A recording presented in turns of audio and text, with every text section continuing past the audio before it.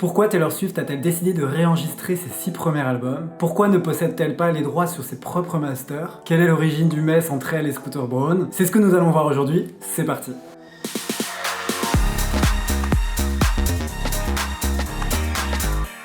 Bienvenue à toutes et à tous sur Popsay, je suis très content de vous revoir sur ma chaîne. Si vous êtes nouveau par ici, enchanté, je m'appelle Guillaume. Si vous souhaitez connaître toutes les histoires derrière les plus grands classiques de la pop et aussi des rouages de l'industrie musicale, n'hésitez pas à vous abonner juste en dessous. Ceci étant dit, passons à la suite.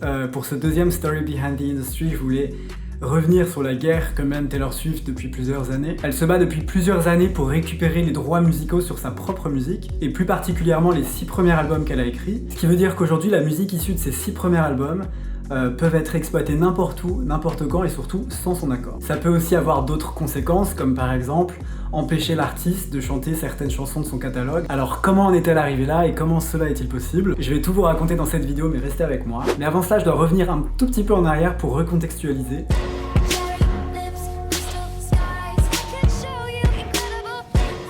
J'ai trop chaud là. Taylor Swift, normalement vous la connaissez, une artiste avec une carrière de malade, des prix à l'appel, un héritage musical colossal, des tubes et des tubes, et encore des tubes, des awards. Taylor Swift, everybody! Taylor Swift! One and only Taylor Swift! Bref, Taylor Swift a tout fait dans sa carrière. Mais bien avant d'être that Taylor Swift c'était une jeune ado qui a passé une partie de son enfance dans une ferme dans le comté de Montgomery, en Pennsylvanie. Elle a grandi dans une famille chrétienne très pratiquante, c'est-à-dire qu'à l'époque elle participait à des retraites religieuses pour en apprendre davantage sur la Bible. Elle s'était aussi investie auprès de son église puisqu'elle chantait dans la chorale. Et à l'âge de 9 ans, elle commence à s'intéresser davantage à la musique, et surtout à un style musical en particulier qui est celui de la country. Et Taylor Swift, si vous voulez, elle commence à écrire très tôt ses premières chansons. Elle apprend aussi à jouer de la guitare. Et à l'âge de 14 ans, Taylor Swift est motivée comme jamais et décide de partir à Nashville dans le but de percer dans le milieu de la musique et plus particulièrement dans celui de la musique country. Elle est repérée très tôt pour ses talents d'auteur et RCA Records l'aide dans son développement artistique. Et c'est à ce moment-là aussi qu'elle participe à des salons et à des séances d'écriture. Et très vite, elle est embauchée dans une maison d'édition chez Sony ATV. Et à seulement 15 ans, elle décide de partir de RCA Records puisqu'en fait le label voulait attendre qu'elle ait 18 ans afin qu'elle puisse sortir son premier album. Mais Taylor Swift n'avait pas le time. Elle se sent prête à lancer sa propre carrière elle-même. Et un soir, si vous voulez, elle participe à un showcase d'auteurs-compositeurs.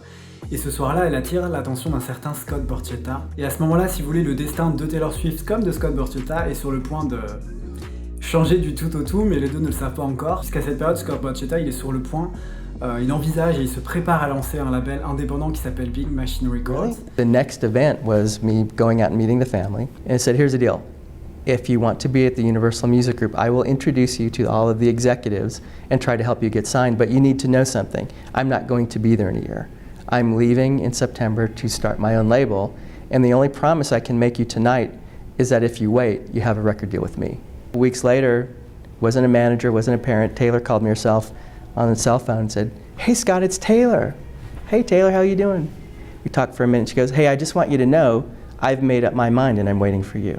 Et Taylor Swift, de son côté, devient la toute première artiste à être signée sur ce label. Et les deux vont vivre une histoire professionnelle incroyable, c'est-à-dire que le premier album de Taylor Swift va être un immense succès. Il est en tête du top album country pendant 24 semaines non consécutives. Vous le savez sûrement, ça ne va pas être le seul succès de Taylor Swift, puisqu'elle enchaîne avec un deuxième album qui s'appelle Fearless, qui va être lui aussi un énorme succès aux États-Unis. C'est un album qui a d'ailleurs reçu le Grammy Award de l'album de l'année en 2010.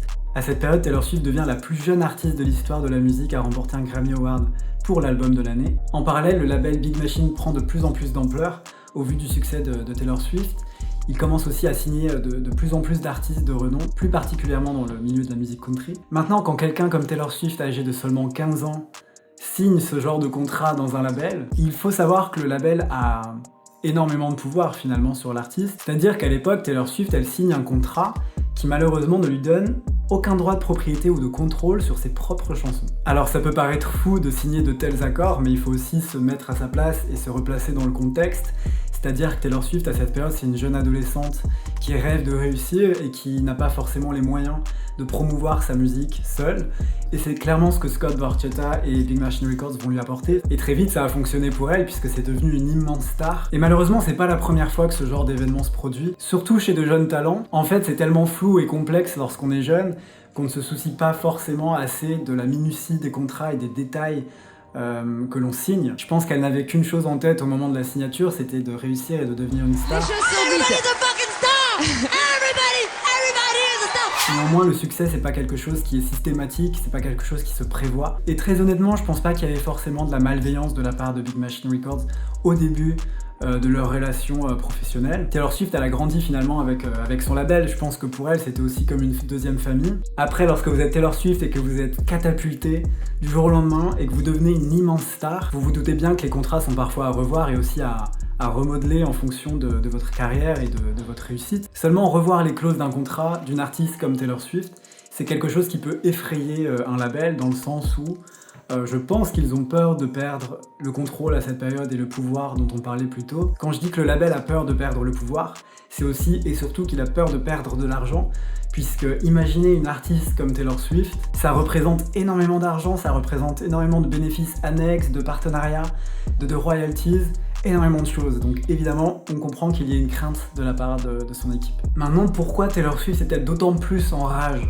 aujourd'hui ? Eh bien, puisque depuis le 30 juin 2019, l'entreprise de Scooter Braun, qui est une des grandes puissances de l'entertainment aux US, a racheté Big Machine Label Group, et donc tout le catalogue qui va avec, ce qui inclut tous les masters des 6 premiers albums de Taylor Swift. Mais ce n'est pas tout, puisqu'il y a eu un autre rebondissement en novembre 2020, puisque le magazine Variety, en fait, il a annoncé que Scooter Braun avait revendu les droits des premiers albums de Taylor Swift à une société qui s'appelle Shamrock Holdings, un fonds d'investissement, sans même avoir prévenu l'artiste. Aujourd'hui, la stratégie de Taylor Swift, elle est simple, réenregistrer ses fameux 6 premiers albums afin de reprendre la main sur ses masters. Ce qui m'amène à la partie suivante, je vais vous expliquer à quoi correspondent les masters et en quoi ils sont très importants pour un artiste et plus particulièrement pour Taylor Swift.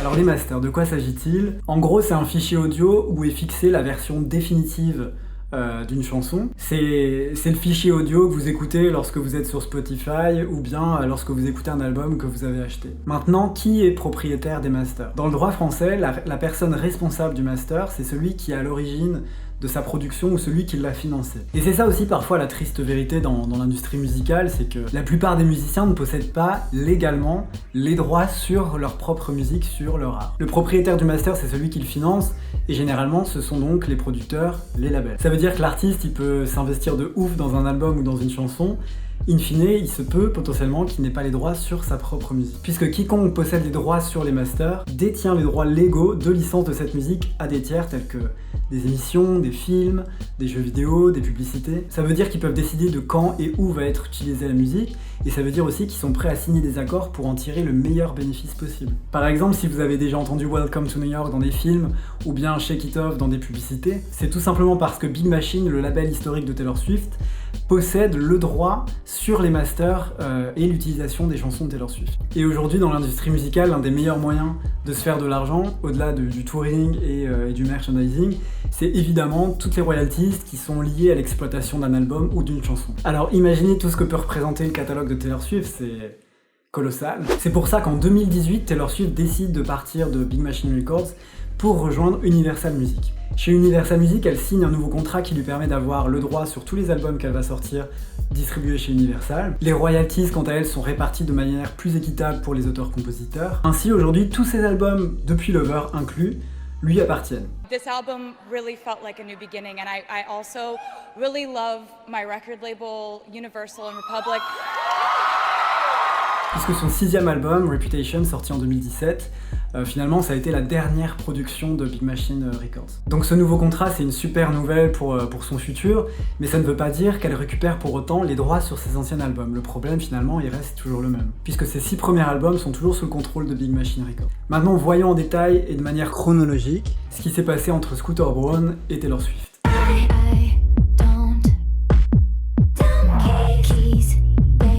Which brings us to Scooter Braun. Alors déjà, qui est Scooter Braun ? Ce mec, c'est un géant de la musique et du management d'artistes aux États-Unis. Il a d'ailleurs été listé comme étant l'une des personnalités les plus influentes par Time Magazine en 2013. Il est le fondateur de la société de médias et de divertissement SB Project, où il représente la carrière de Justin Bieber, de Demi Lovato, de Ariana Grande, de Carly Rae Jepsen, de Martin Garrix. Il a aussi travaillé pour Kanye West, qui n'est autre que l'ennemi juré de Taylor Swift. I'm really happy for you. I'm gonna let you finish. But Beyonce had one of the best videos of all time.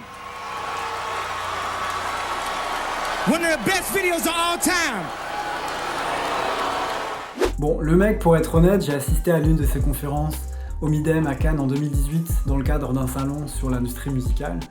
C'est quelqu'un qui est très fort, il a eu un discours vraiment très inspirant, un peu à l'américaine, mais jamais j'aurais pensé qu'il aurait joué une carte aussi sombre dans la carrière de Taylor Swift. Puisque comme je vous disais, il a racheté Big Machine Records en 2019, et cet achat qu'il a conclu lui a permis donc d'avoir les droits sur tout le catalogue de Big Machine Records, dont les masters de Taylor Swift.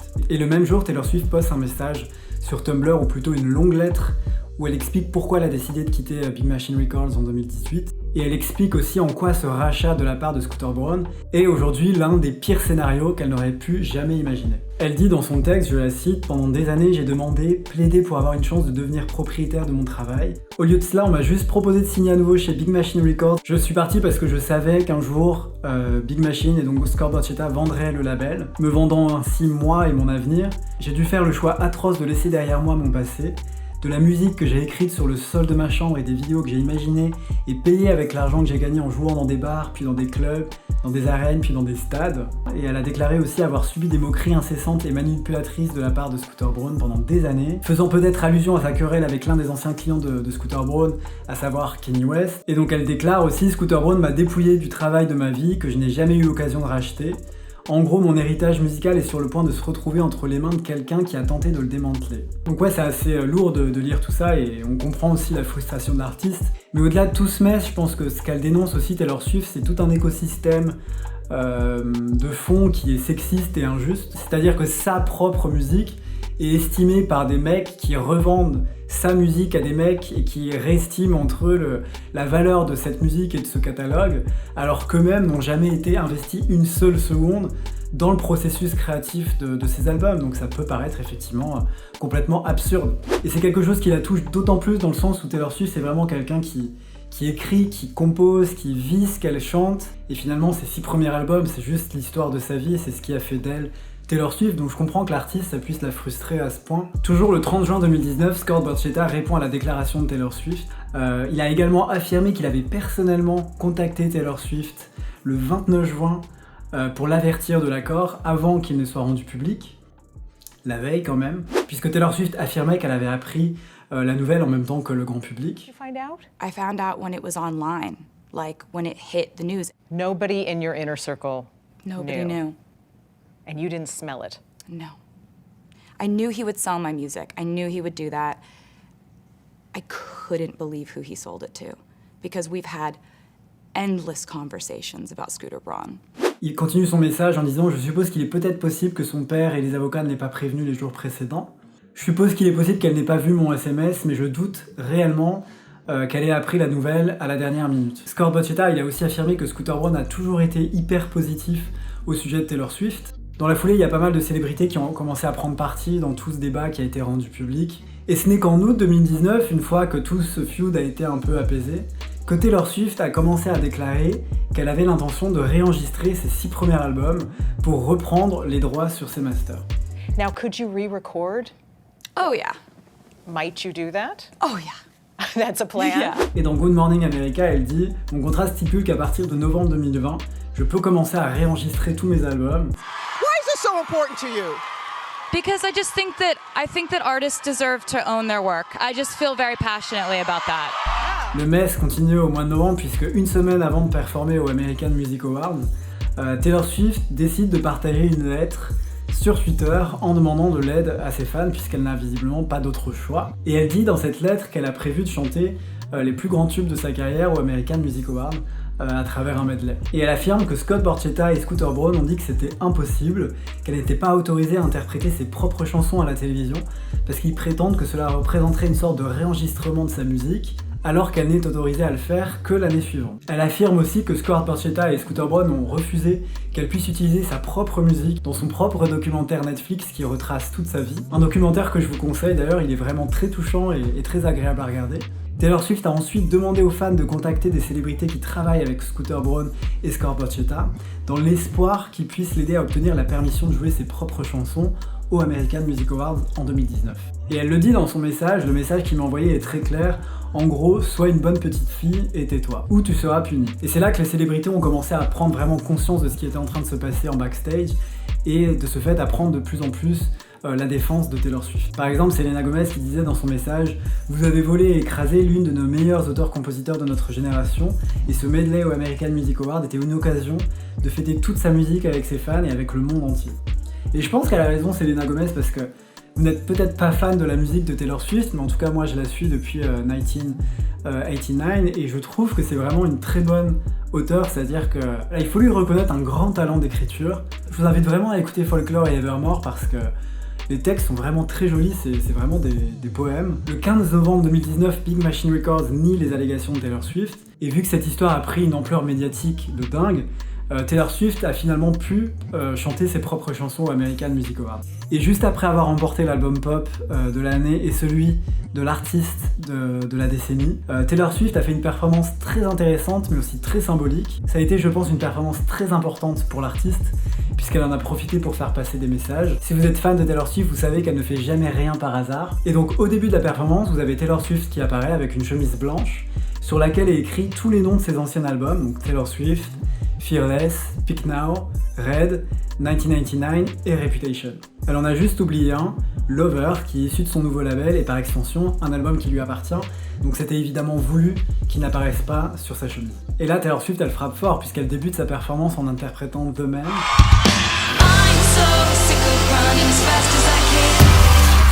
Débuter par cette chanson c'était pas anodin puisque c'est un titre où elle affirme ses convictions et ses engagements féministes. Dans le clip de cette chanson, elle dénonce la société patriarcale et le machisme ambiant. Elle se transforme en son alter ego masculin, Tyler Swift. Et comme à son habitude, Taylor Swift dissémine un peu des indices, des easter eggs dans le clip. Et ce clip, c'est elle qui l'a pensé entièrement. Et elle tient d'ailleurs à préciser qu'il lui appartient, puisque dans le clip, on voit qu'il est écrit « Propriété de Taylor Swift ». Donc un subtil message, je pense, sans doute adressé à son ancien directeur de label et aussi à Scooter Braun. Et encore une fois, à travers cette performance, et ce clip et cette chanson, Taylor Swift prouve que c'est elle, The Man, comme elle le dit dans sa chanson. Passons désormais au réenregistrement en tant que tel, puisque vous allez voir que Taylor Swift n'a pas fait les choses à moitié.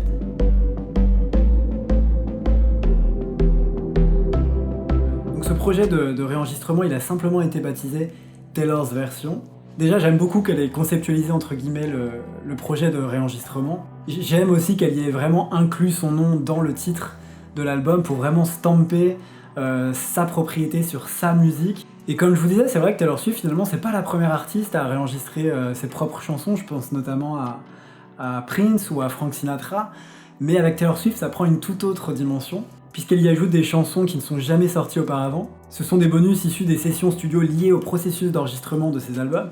Donc je trouve le concept incroyable puisque ça nous donne une sorte de photographie auditive de là où se trouvait Taylor Swift au moment où elle a enregistré ses albums. Ça rappelle énormément de souvenirs aux fans. Il y a une vraie valeur ajoutée. Et avec tous ces réenregistrements, Taylor Swift aura donc le contrôle créatif sur sa musique, c'est-à-dire qu'elle pourra décider de comment et où ces titres seront utilisés. Et en parallèle, les royalties qui seront liées à l'exploitation de ces albums seront réparties de manière plus équitable pour les auteurs-compositeurs. Et je pense qu'à terme, les entreprises vont davantage se diriger directement vers Taylor Swift plutôt que vers les équipes de Scooter Braun. Après voilà, on le sait, Taylor Swift, elle ne fait pas ça pour l'argent, elle n'a pas besoin de ça. Je pense que c'est vraiment une question d'éthique et de morale. Pour elle, ça doit être hyper frustrant d'avoir été mis hors du circuit, puisque tous ces albums, c'est des années de souvenirs, c'est des années de travail, de tournées, de souvenirs avec les fans. Les réenregistrements de ces anciens titres ont été produits par les équipes avec lesquelles elle travaille aujourd'hui. On ne sait pas encore quel album va être réenregistré après Fearless. Dites-moi en commentaire quel est l'album que vous avez le plus hâte de réécouter. Pour ma part, c'est évidemment 1999 parce que c'est un album que j'ai adoré. C'est l'album qui m'a fait vraiment découvrir et apprécier Taylor Swift. On a eu d'ailleurs un court extrait de Wildest Dreams dans la bande-annonce de Spirit.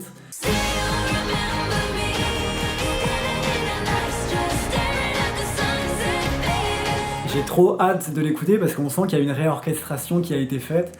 On sent que Wildest Dreams prend un peu une dimension épique et beaucoup plus intense. Et j'aime beaucoup ce titre, c'est l'un de mes préférés de Taylor Swift. Donc évidemment, j'ai hâte de découvrir la suite des enregistrements de cet album.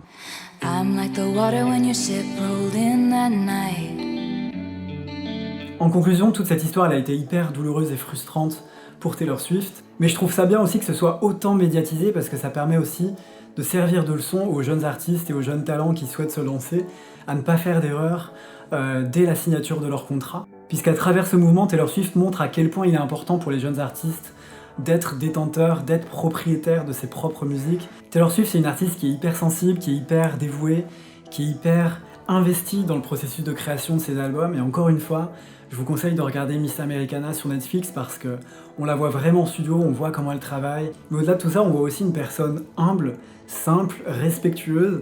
Et rien que pour ça, je vous invite vraiment à le regarder. Je trouve ça aussi hyper symbolique d'avoir commencé les réenregistrements par Fearless, puisque le nom de l'album, je pense que c'est aussi une réponse à ses détracteurs. Elle n'a littéralement pas peur de reprendre le contrôle sur sa musique, et je trouve sa démarche très courageuse et très forte. En tout cas, j'espère que cette vidéo vous a plu, j'espère que vous en avez appris davantage. N'hésitez pas à vous abonner à Popside juste en dessous pour décrypter ensemble les plus grands classiques de la pop music et aussi les rouages de l'industrie musicale. J'espère vous voir très vite sur ma chaîne, d'ici là portez-vous bien. N'hésitez pas à consulter les autres vidéos déjà disponibles. Je vous embrasse, à très vite.